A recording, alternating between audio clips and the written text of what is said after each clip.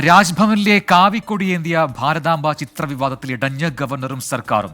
RSS ചിത്രത്തിന് മുന്നിൽ കുമ്പിട്ട് നിൽക്കാൻ സർക്കാർ എത്തുമെന്നത് ഗവർണറുടെ വ്യാമോഹം മാത്രമാണെന്ന് മന്ത്രി പി പ്രസാദ് പ്രതികരിച്ചു. ആ ചിത്രം RSS ഉപയോഗിക്കുന്ന ചിത്രമാണ്. ദേശീയ പതാക ഇല്ലാത്തൊരു ഭാരതാംബ RSSന്റെ ചിത്രമാണ്.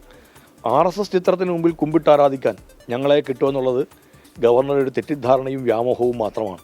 ചൂണ്ടിക്കാണിച്ചപ്പോഴും അത് മാറ്റുകയില്ല എന്ന് അദ്ദേഹം നിലപാടെടുക്കുമ്പോൾ അദ്ദേഹം അറിയാതെ അല്ലല്ലോ, അദ്ദേഹം അറിഞ്ഞുകൊണ്ട് തന്നെയാണെന്നാണ് ഇപ്പോൾ മനസ്സിലാക്കേണ്ടത്.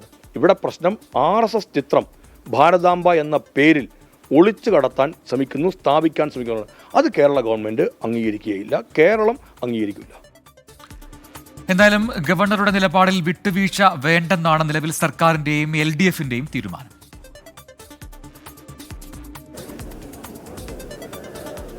ബഹുമാനപ്പെട്ട ഗവർണർ കാര്യങ്ങൾ അറിയാവുന്ന ഗവർണർ എന്നുള്ള നിലയിൽ അതിൽ പറ്റിയ തെറ്റ് തിരുത്തുന്നതിന് പകരം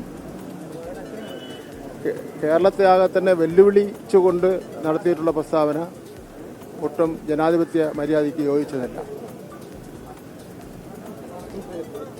അത് അദ്ദേഹം അതിൽ നിന്ന് പിന്മാറുന്നതായിരിക്കും നല്ലത്. യോജിച്ച ഒരു അന്തരീക്ഷത്തിൽ പോയാൽ മാത്രമേ പാവപ്പെട്ട ജനങ്ങൾക്ക് അതിൻ്റെ ഗുണം ലഭിക്കുകയുള്ളൂ. പ്രസാദ് സ്വീകരിച്ച നിലപാട് ജനാധിപത്യത്തെ ശക്തിപ്പെടുത്തുന്ന ഒരു നിലപാടാണ്, മതനിരപേക്ഷതയെ ശക്തിപ്പെടുത്തുന്ന നിലപാടാണ്. രാഷ്ട്രീയ അധികാരം ദുരുപയോഗം ചെയ്യാൻ പാടില്ലാത്തതാണ്. അവർക്ക് അവരുടേതായ താല്പര്യങ്ങളും നിലപാടും ഉണ്ടാവും. പക്ഷേ അതിന് സർക്കാർ വേദികളെ ഉപയോഗപ്പെടുത്തരുത്. പക്ഷെ നിർഭാഗ്യവശാൽ സംഘപരിവാരം, കേന്ദ്ര സർക്കാർ ഗവർണർമാരെ ഉപയോഗിച്ചും മറ്റധികാരം ഉപയോഗിച്ചും തങ്ങളുടെ ആശയങ്ങൾ പ്രചരിപ്പിക്കാനും മറ്റ് ജനാധിപത്യ മതനിരപേക്ഷ മൂല്യങ്ങളെ തകർക്കാനും ശ്രമം നടത്തുന്നുണ്ട്. അത് ശരിയായി തുറന്നുകാട്ടുകയാണ് പ്രസാദ് ചെയ്തിട്ടുള്ളത്.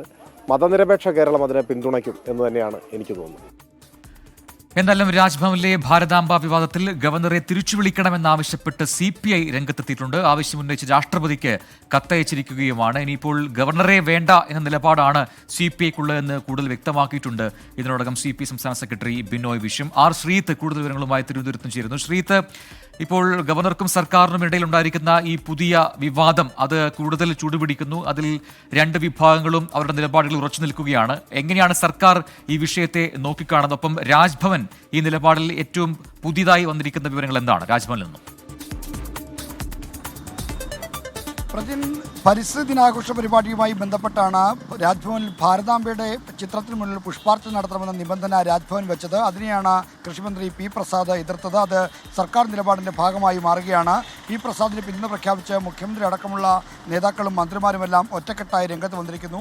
ഭാരതാംബ വിവാദത്തിൽ ഈ സർക്കാരിൻ്റെ രാഷ്ട്രീയ നിലപാട് തന്നെയാണ് ഏറ്റവും പ്രധാനമായിട്ടുള്ളത്. അതായത് രാജ്ഭവനെ ഒരു സംഘപരിവാറിൻ്റെ കേന്ദ്രമായി മാറാൻ അനുവദിക്കില്ല. ഭരണഘടനയ്ക്ക് അതീതമായ കാര്യങ്ങളാണ് ഗവർണർ തങ്ങളോട് ആവശ്യപ്പെടുന്നത്. അത് ചെയ്യാൻ ഒരിക്കലും തയ്യാറല്ല എന്ന നിലപാടാണ് സർക്കാർ പ്രകടിപ്പിക്കുന്നത്. എന്നാൽ രാജ്ഭവനാകട്ടെ ഇത് ഒരു തങ്ങളുടെ തീരുമാനപ്രകാരം നടത്തുന്നത് ഭാരതാംബയുടെ മുമ്പിൽ പുഷ്പാർച്ചന നടത്തുന്നത് തെറ്റായി തങ്ങൾ കാണുന്നില്ല.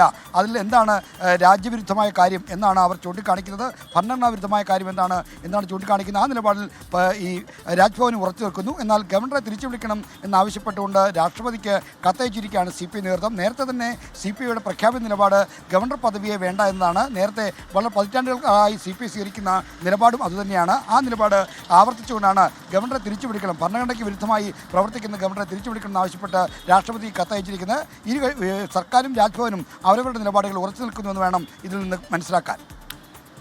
ശ്രീത്താണ് തിരുവനന്തപുരത്ത് വിശദാംശങ്ങൾ നൽകിയത്.